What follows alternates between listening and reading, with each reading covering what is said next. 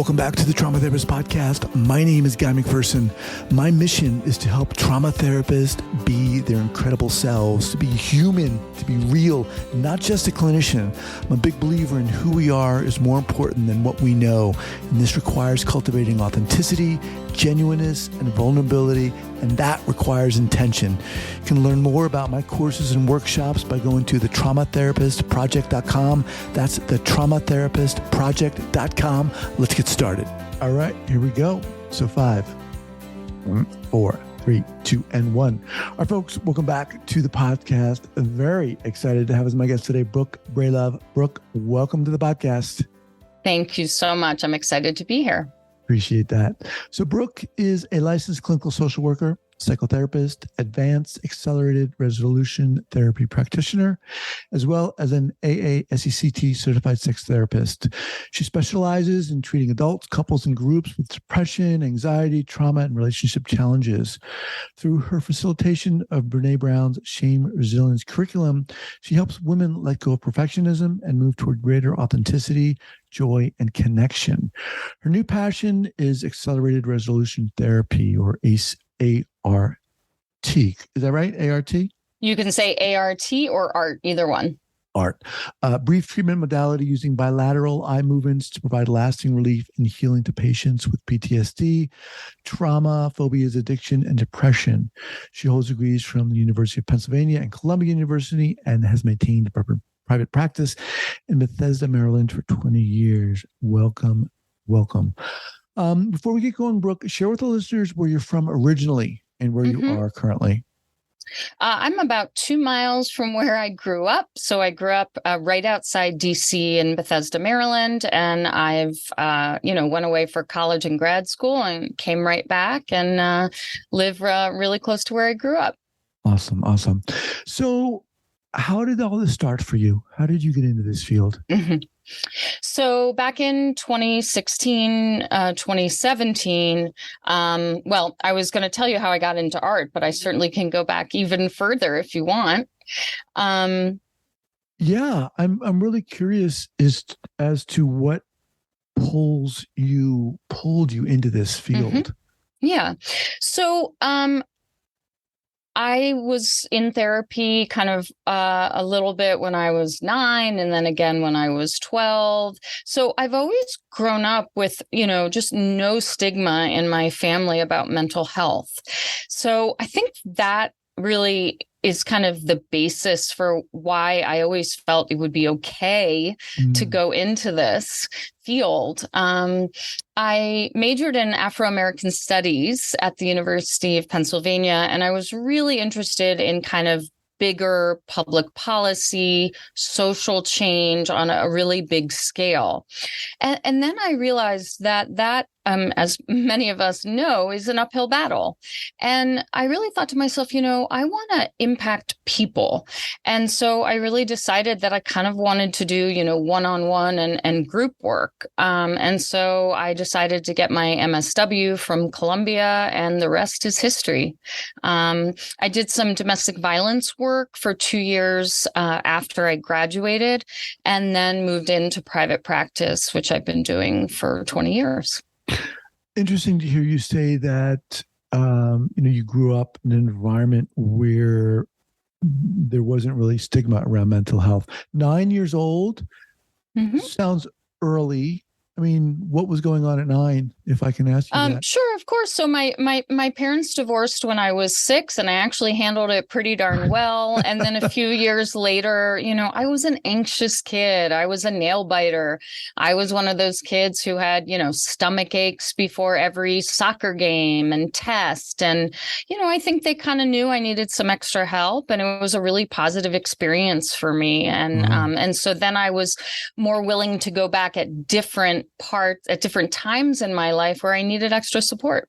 And you mentioned later on that you kind of shifted or pivoted into working with individuals, but why in that context? I love to feel, and I love connection. And I wasn't feeling that at sort of a public policy kind of level. I did some, lobbied Congress for low income housing. And I, of course, believe in all of that. But I didn't feel that I wasn't moved.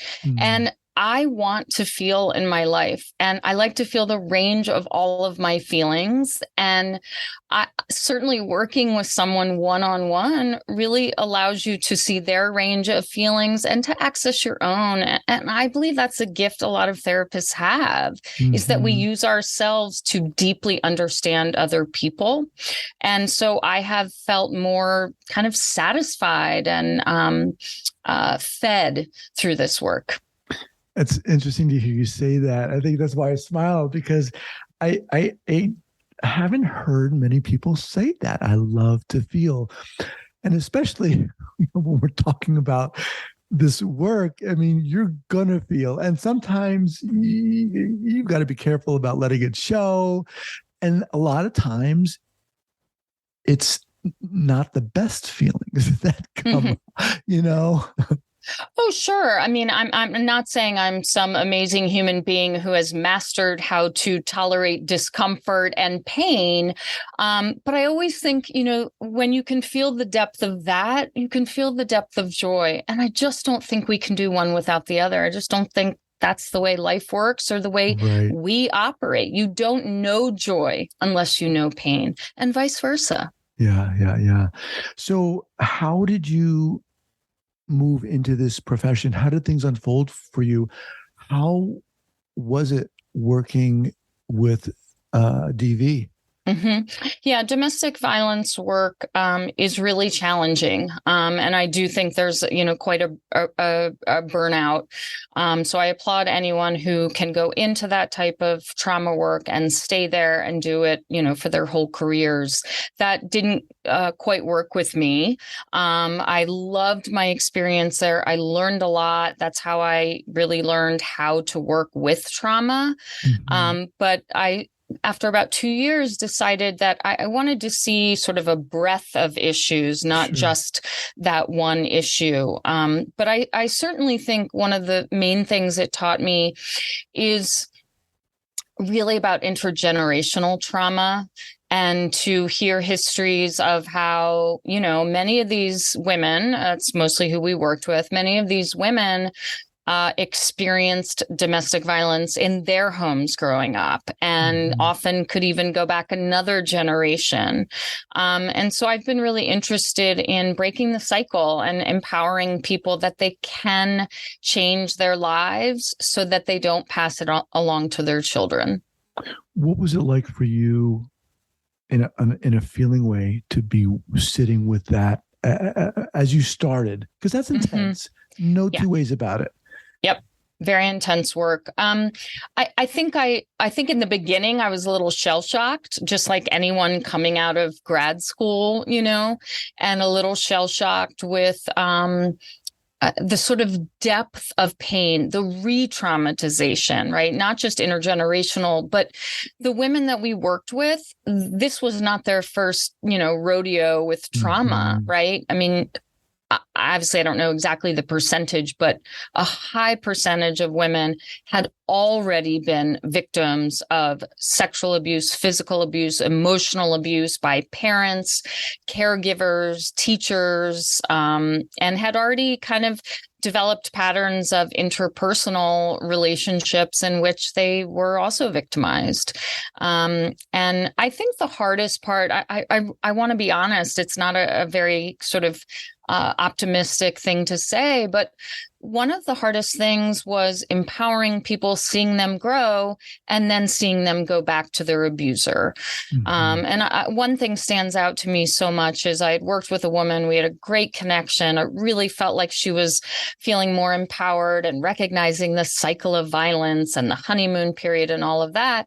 And 2 weeks later, she came in and she'd been beaten so badly that she'd lost eyesight in one of her eyes. And that's hard. Right. That's hard to watch and know that you tried your best and that, it wasn't landing with this woman and she was not able to metabolize what she was learning yet. Hmm. Well, is that, correct me if I'm wrong here, isn't that like a common, an understanding of even addiction, right? Or domestic violence? It's a Relapse.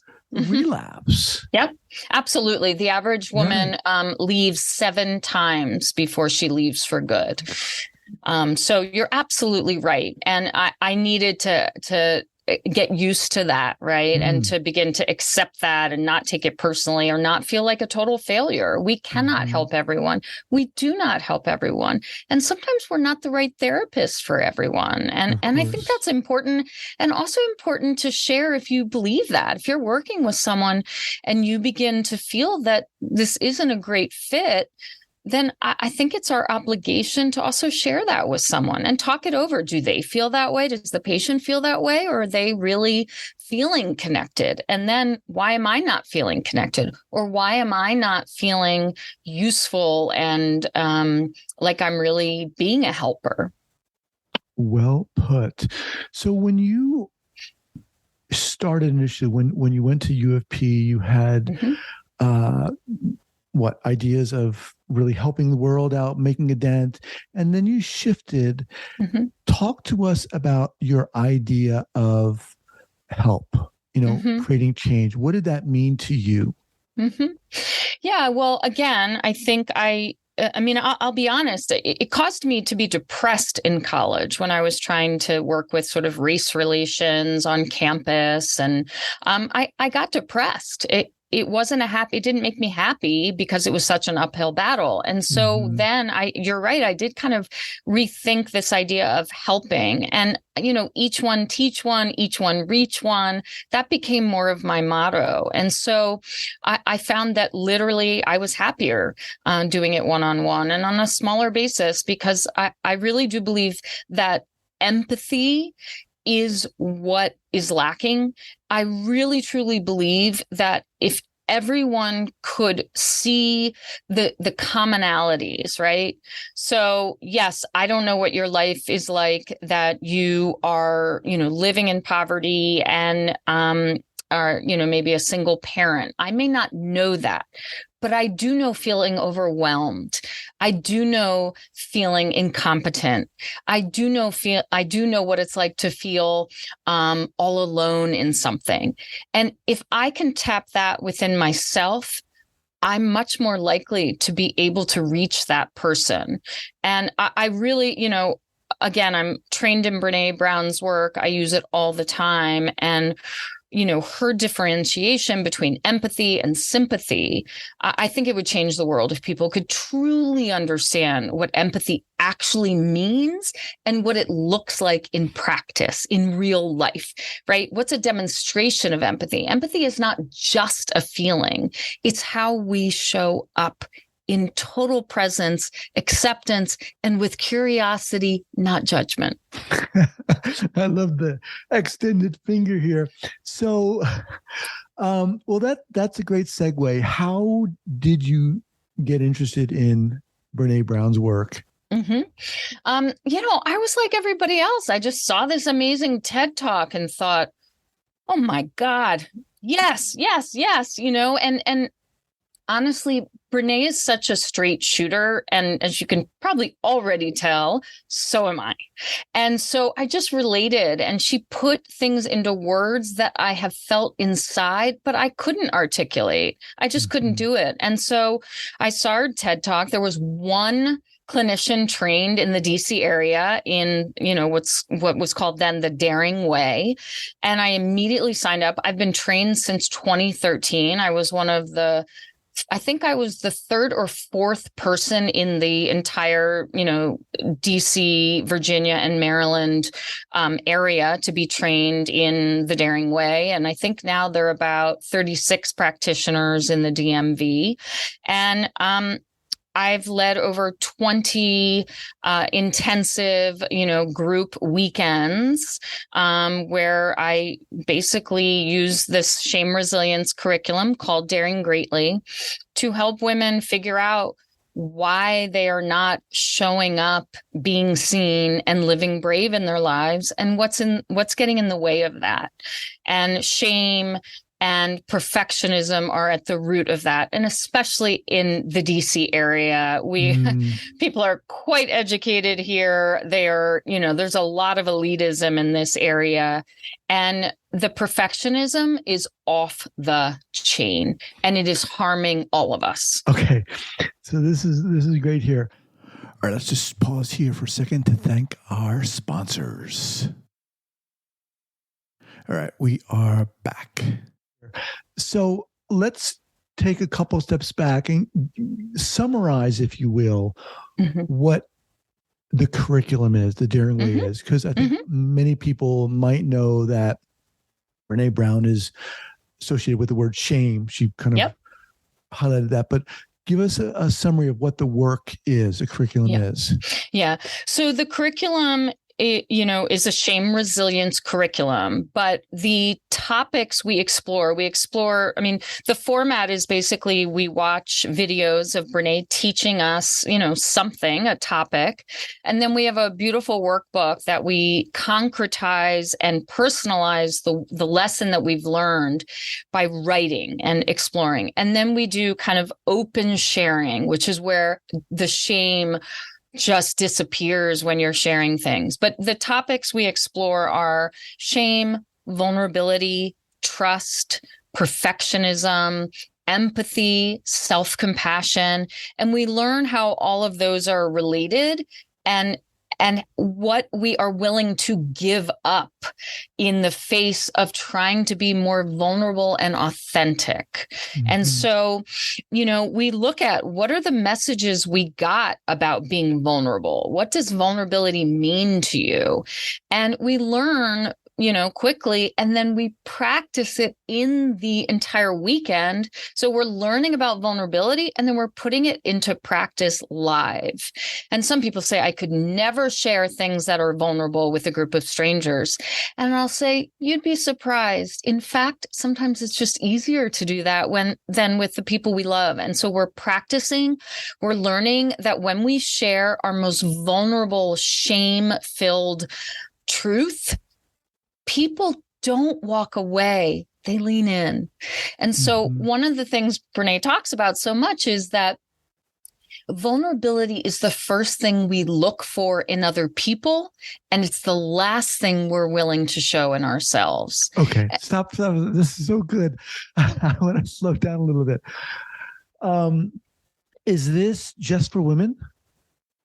So I'll be honest. I do not do co-ed Daring Greatlies. I do, and I've polled all the women I've worked with, again, 20 weekends since 2014.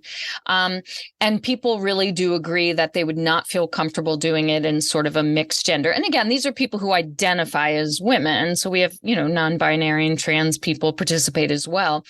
I've done 19 weekends for women and one for men. Okay.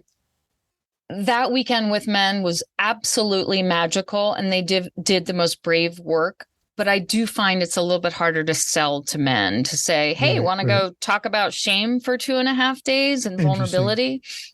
But they need it even more. Men need it even more.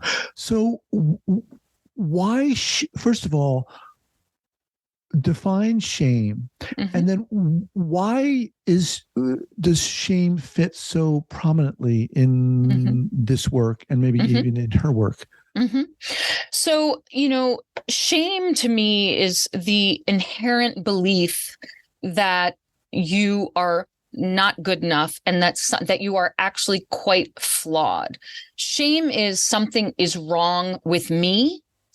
Guilt is I did something wrong. So guilt, and it's important to know these distinctions. If we didn't have guilt, I don't know what we'd all do, right? You want a little bit of guilt or to make you not do, bad things to other people, or, but shame is I am worthless. Something is wrong with me, and it's person-centered.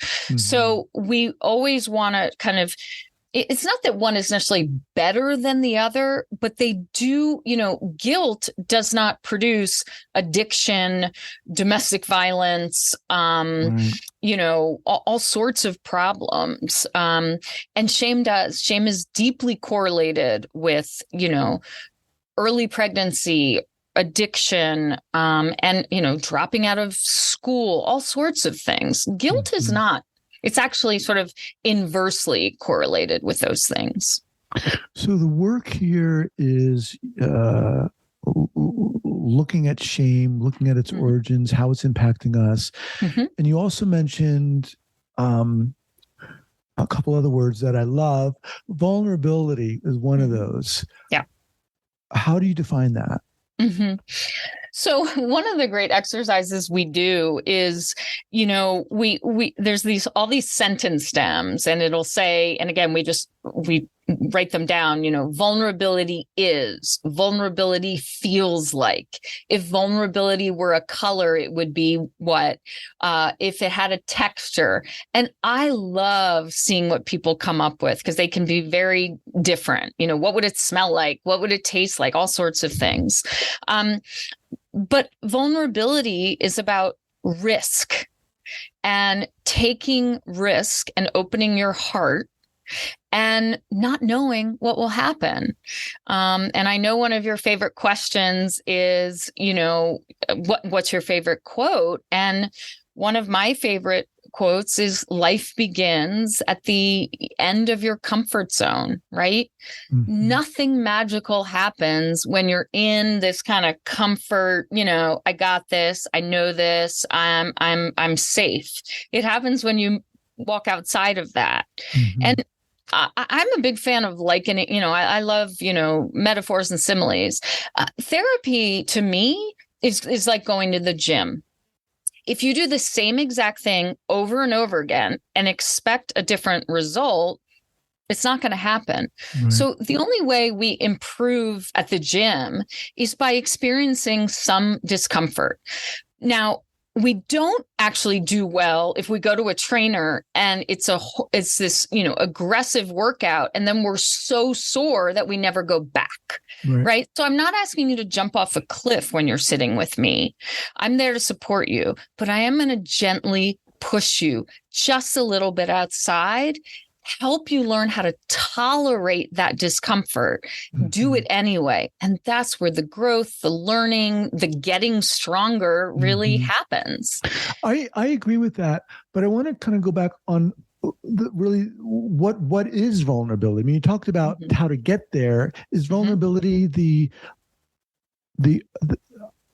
openness, our sharing of who we are?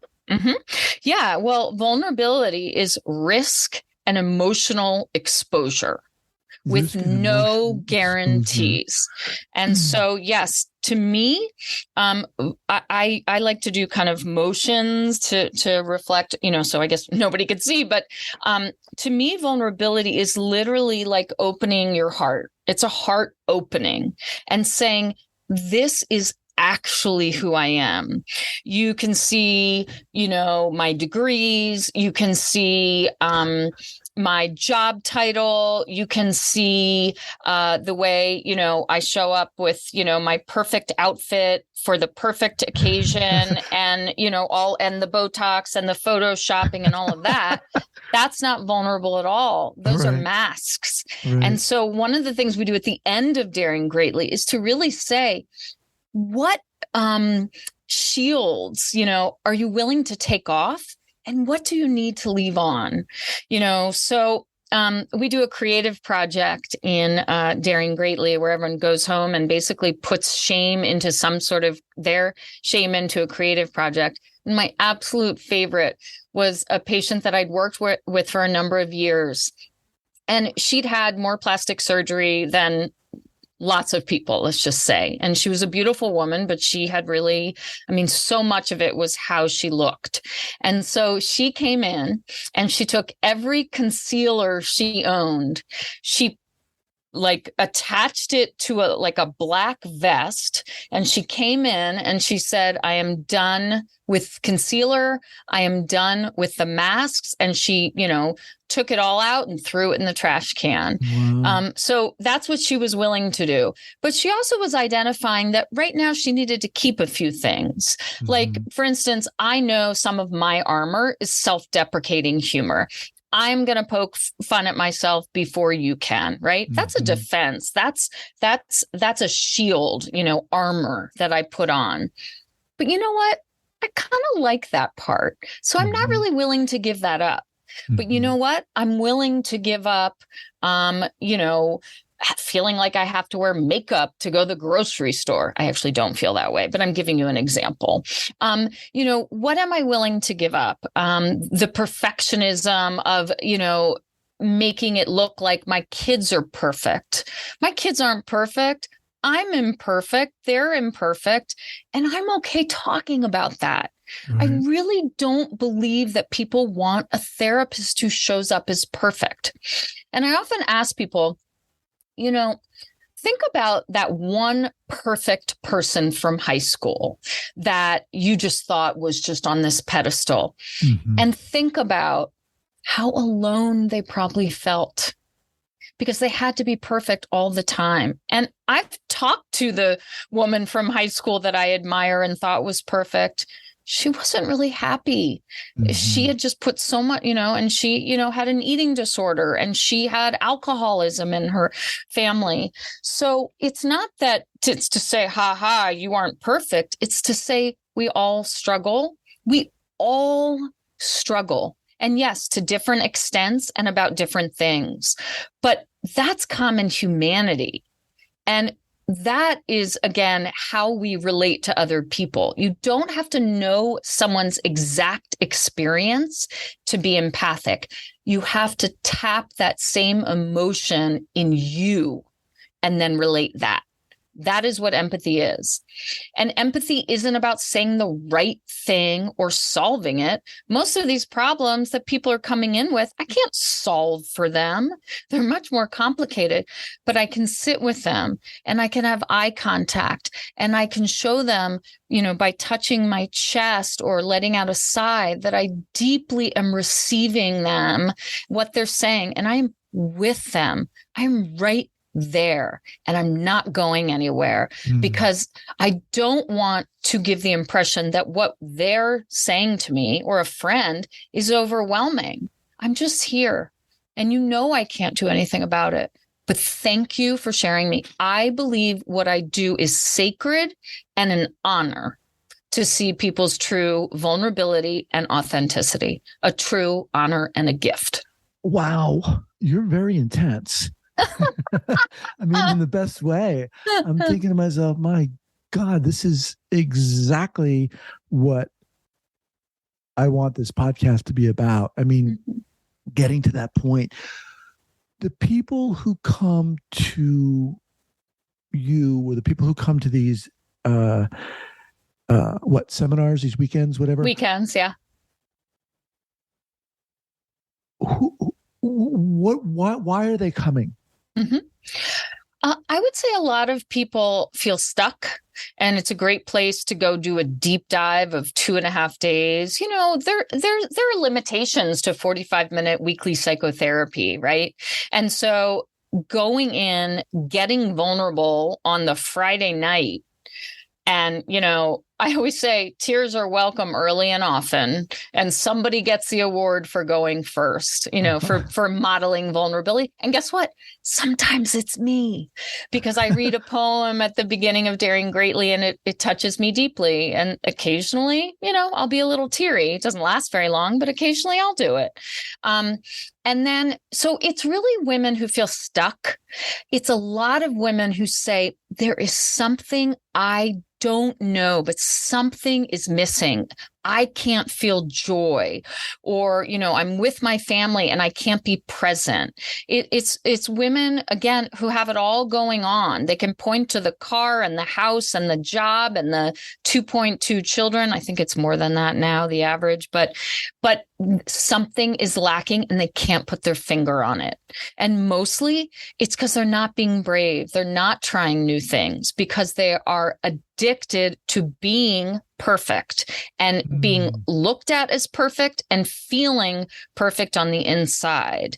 And there's no meaning there. It's meaningless. And not willing to be vulnerable or show that imperfection, right? Yeah, because it's terrifying. Right. People don't walk around like me saying, here, let me tell you what's wrong with me, or what I'm struggling with. People don't. I don't know why I do. In many ways, it doesn't always work out. I fall flat on my face. But you have to be willing to fall flat on your face sometimes, because through that is where you feel most alive. I will tell you that when I am most vulnerable, it may not go well. I may get rejected, but often beautiful things happen. But I have a deeply felt sense of being alive. And I always tell people anxiety and excitement show up very similarly in the body. So you can keep calling it anxiety, or you could start calling it, maybe there's a little bit of excitement in there. And then, it's like a roller coaster. You kind of want to throw up and you're super excited, right? Right. So I think the best things in life happen in that space. Yeah, it's crazy too, because our culture certainly pushes up against allowing ourselves to be vulnerable, being willing to show our imperfections. I mean, at every turn, right? I mean, I don't look at Instagram because of that, because everything is so perfect. Yep. Yeah, it's very triggering. It's very triggering for people, and they immediately go into shame and comparison, and I mean, I tell my kids this all the time, comparison is the thief of joy, 100%. And it's, I say, keep your eyes on your own paper, stay in your lane, really just think about, how does this feel to me? The second you look over there at somebody else's work, you're either going to feel better than or less than. And I don't think there's much in there in either of those places for us. As we kind of wind down here, what you're talking about to me is really exciting, because it's creating a space where people can be themselves. People can understand that it's okay to be themselves. What do you feel, Brooke, you bring to this that allows you to do this work? Authenticity. I mean, I really believe that's kind of, a little bit of the gift I have, and the willingness to model the vulnerability. I've done this 20 times, and each time I sort of do some of the exercises myself. And then very sparingly, I might share something. If people are struggling to go deeper, I might, share a little something about an exercise that everyone else is doing. So I kind of do the curriculum along with them. I know it's sort of backwards and forwards now. And I'm choosing, the thing about Brené's work is you can do the curriculum over and over again, because at the beginning of the weekend, you identify an area of your life you want to focus on. So she calls it an arena. So it could be, your marriage, parenting, your career. It can be any of those things. And then you can just do the entire curriculum again by just choosing a different arena. So it's always a little bit fresh for me, because I'm like, what arena am I struggling with the most right now? And I don't do everything and I don't share everything, but they feel like I'm in it with them. And we do this wonderful sharing at the end where I have each member give feedback to every other member. And I have them press record on their voice memo on their phone. Because what's the hardest thing? The hardest thing is hearing good things about yourself and people are so uncomfortable and there's not a dry eye in the house. And I know they can't be fully present for it. And so I have them record it so they can listen again. That's and guess cool. what? When I'm having a week where I'm not feeling like a great therapist, I will also listen to their feedback for me.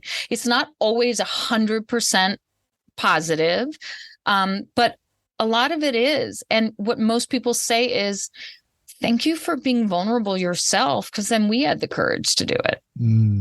And I really encourage more therapists to do that. I don't want to be a blank slate.